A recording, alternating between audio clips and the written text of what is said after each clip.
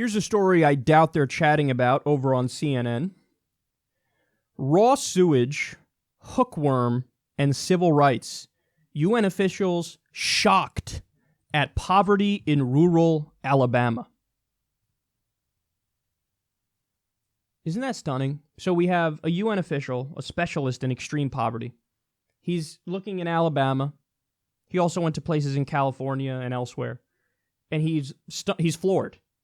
He's like, I don't know if I've ever seen anything like this. So the guy's name is Philip Alston. He's the UN specialist on extreme poverty and human rights.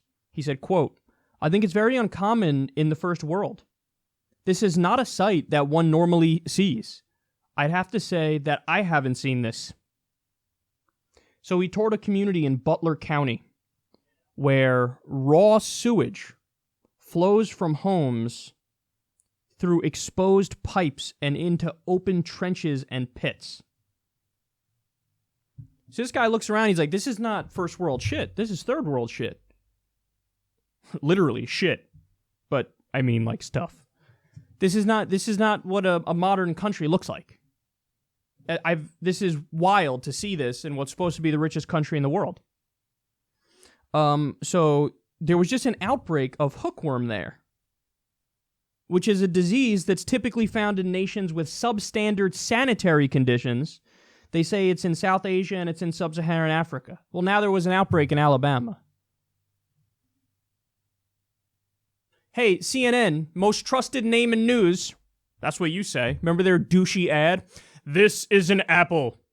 No matter if somebody tries to tell you it's a banana, it's not a banana, it's an apple. Facts first.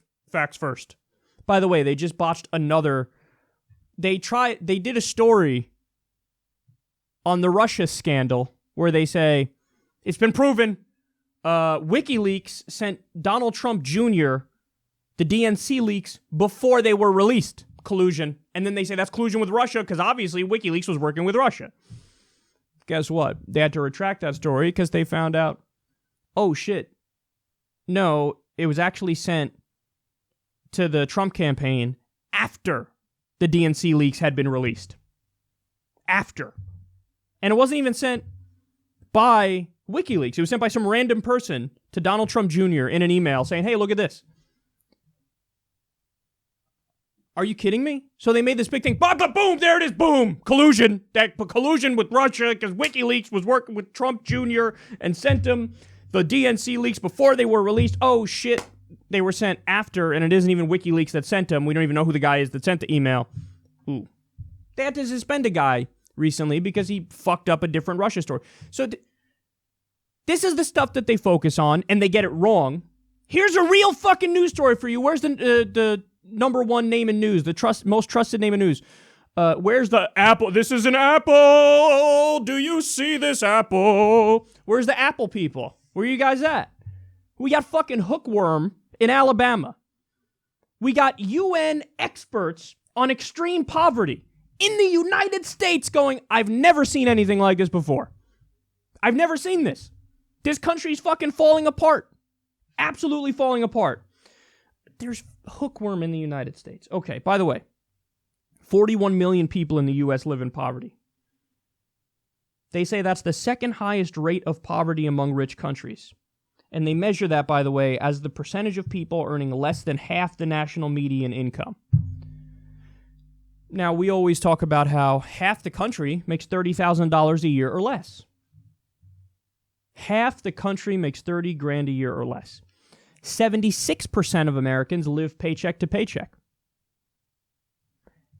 And the top 1%, this is a fact that's not discussed nearly enough, by the way. Even like when Bernie gives his stats on the top 1% and stuff, he leaves this one out, but I think this one is honestly one of the most telling, okay? The top 1%. You know how much of the nation's income they make? So of all the income that everybody around the country makes, okay, the top 1% takes home 20% of the nation's income. So think about that like a pizza pie. It's a giant 100-slice pizza pie. You and 99 of your friends, so 100 people are in the room. You know what happens? You open that pizza pie up, the first person takes 20 slices.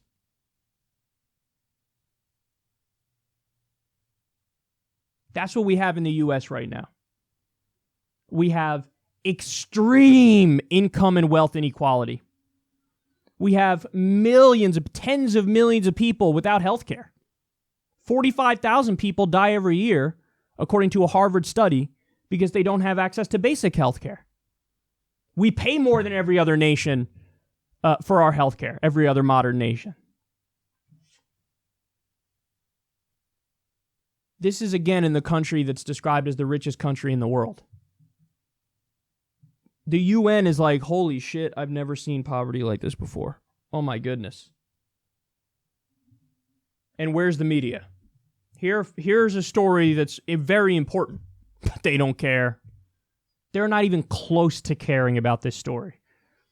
If they had to prioritize 10 stories for one day, this is story number 312. This doesn't you would sooner have a story about what Donald Trump eats, what he's eating, instead of having this story about the way Americans are suffering beyond comprehension. And then you wonder why trust in our institutions is at a historic low, including the media. It's pathetic. The United States has the same diseases as third world countries. Sanitary systems that are substandard like third world countries. Wouldn't it be wonderful if we had a media that spoke about this, spoke about important issues, but also politicians who were just unapologetically out there calling for rebuilding our country? I mean, think about the fact that when Donald Trump said, "Make America Great Again," the counter from Hillary was, "America's already great." Does that sound like America's already great? We have hookworm and poor sanitary systems and income and wealth inequality that's at record levels. The middle class has been stagnant since literally the 1980s. You haven't gotten a raise since the 1980s. Productivity is through the roof. Your wages are stagnant.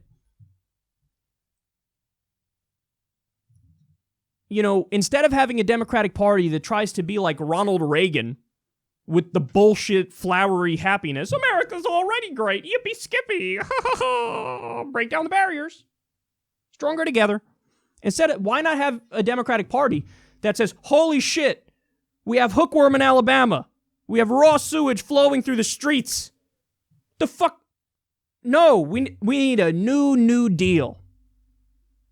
We have an infrastructure that gets a grade of D+, according to the Society of Civil Engineers. D+. How about we go all in, all hands on deck, to make that an A+, and make the best infrastructure the world has ever seen? That's what I'm in favor of. I don't just want to improve our infrastructure. I want to have the best infrastructure in the world. In the world. You know how you do that? Massive investment. Massive jobs program. A new deal. Update all of our infrastructure. Give people jobs. Rebuild all these places. We haven't done, since FDR, we haven't done a real all-in program on updating our infrastructure. Unacceptable. We need a political party that says we want a new deal and we want it now. But instead, we have the America's Already Great Party and the Make America Great Again Party, which, by the way, is making America worse and selling us out even more to Wall Street and the military-industrial complex. So you have two disgusting parties that are getting us nowhere. We need a radical reform, and we need it ASAP.